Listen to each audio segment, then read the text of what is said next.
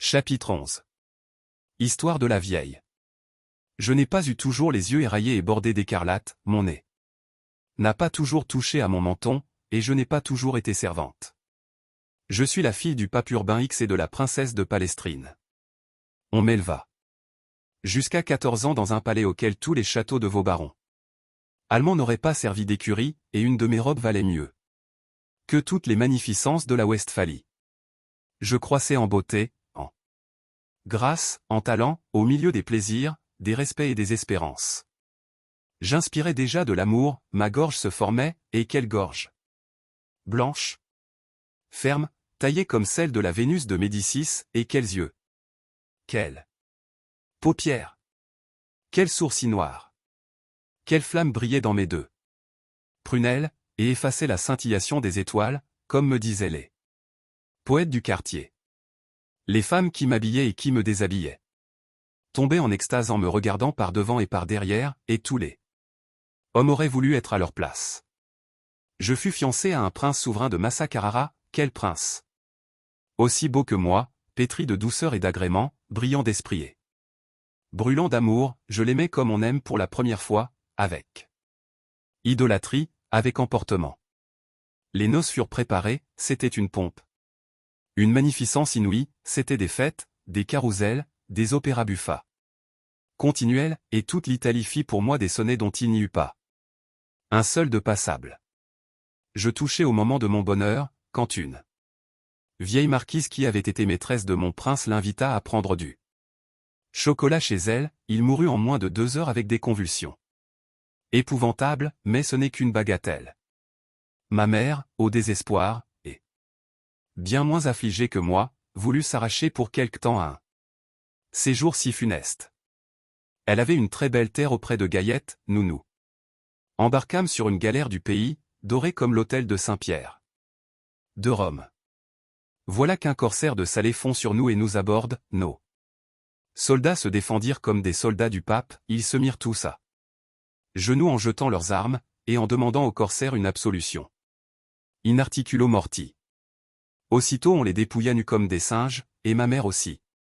Nos filles d'honneur aussi, et moi aussi.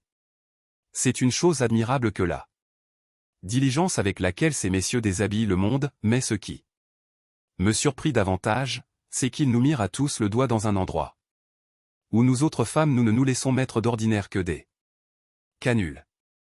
Cette cérémonie me paraissait bien étrange, voilà comme on juge de tout quand on n'est pas sorti de son pays. J'appris bientôt que c'était pour voir si nous n'avions pas caché là quelques diamants, c'est un usage établi de temps immémorial parmi les nations policées qui courent sur mer. J'ai su que messieurs les religieux chevaliers de Malte n'y manquent jamais.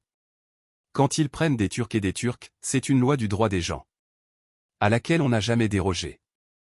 Je ne vous dirai point combien il est dur pour une jeune princesse d'être menée esclave à Maroc avec sa mère, vous concevez assez tout ce que nous eûmes à souffrir dans le vaisseau corsaire.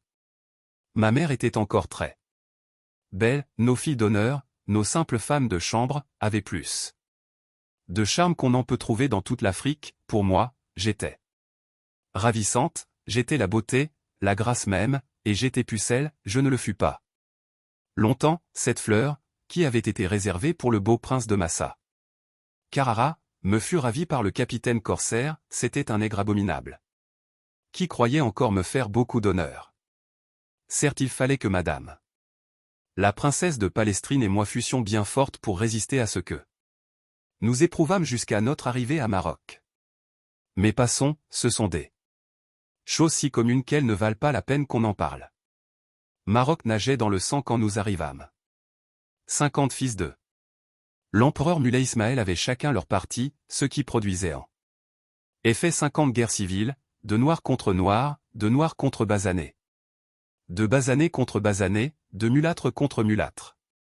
C'était un carnage continuel dans toute l'étendue de l'Empire.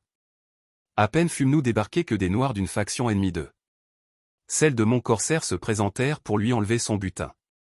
Nous étions, après les diamants et l'or, ce qu'il avait de plus précieux. Je fus témoin d'un combat tel que vous n'en voyez jamais dans vos climats d'Europe. Les peuples septentrionaux n'ont pas le sang assez ardent, ils n'ont pas la Rage des femmes au point où elle est commune en Afrique. Il semble que vos Européens aient du lait dans les veines, c'est du vitriol, c'est du feu. Qui coule dans celle des habitants du mont Atlas et des pays voisins. On combattit avec la fureur des lions, des tigres et des serpents de la contrée. Pour savoir à qui nous aurait. Un mort saisit ma mère par le bras droit, le lieutenant de mon capitaine la retint par le bras gauche, un soldat mort l'a pris par une jambe, un de nos pirates la tenait par l'autre. Nos filles se trouvèrent presque toutes en un moment tirées ainsi à 4 soldats. Mon capitaine me tenait caché derrière lui, il avait le cimeterre au poing, et tuait tout ce qui s'opposait à sa rage. Enfin, je vis toutes nos Italiennes et ma mère déchirées, coupées, massacrées par les monstres qui se les disputaient.